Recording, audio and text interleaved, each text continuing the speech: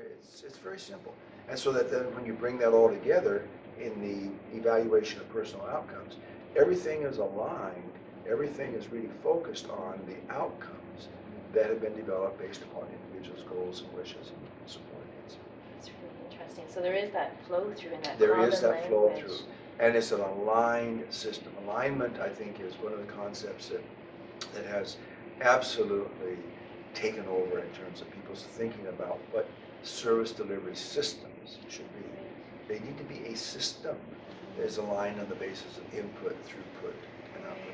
Because the way most systems work today is they're very dysfunctional because they aren't aligned. Right. And you mentioned that yesterday as well, is that it's hard to even define it as a system when the components don't. It's not a system. Right. It's a convoluted notion of something. Right. So given that Community Living BC is really interested in creating an aligned system and creating a system, how would you propose that we begin?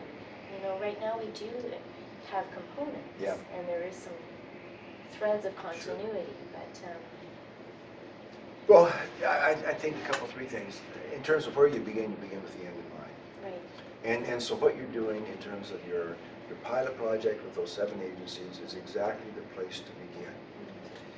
Because what's going to result from that is a lot of excitement, a lot of buy-ins, and a lot of creativity.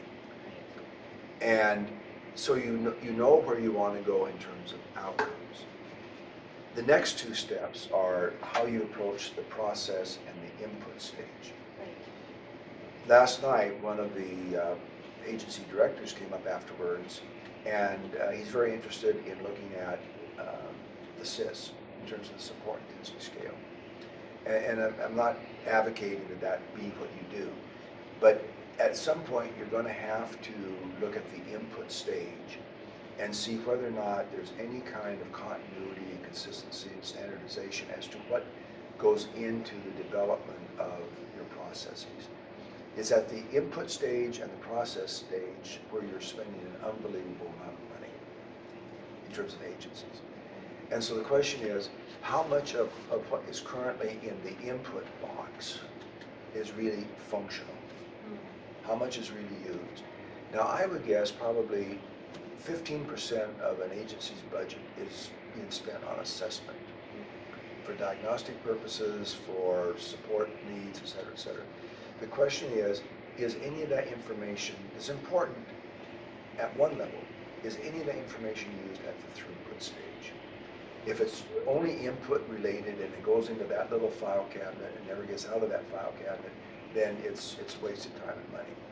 So consequently, the second thing to do, I think, is to look at the input part of your process.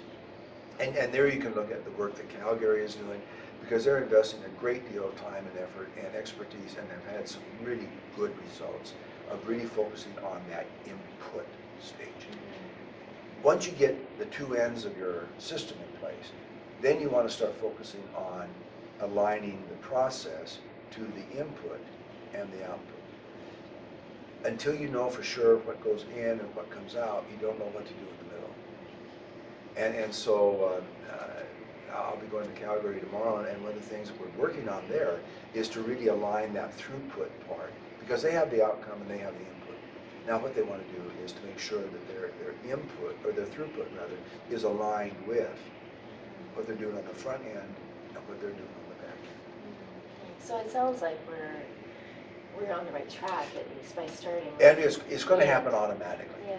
Because once people go from right to left in their thinking, Right. they're going to require, Yeah. they're going to demand that Yeah. there be alignment between the input, the throughput, and finally the output. And it's a logical way of thinking. I mean, it's absolutely logical. Yeah, it doesn't. Because you can't get the outcomes without doing what goes to the left.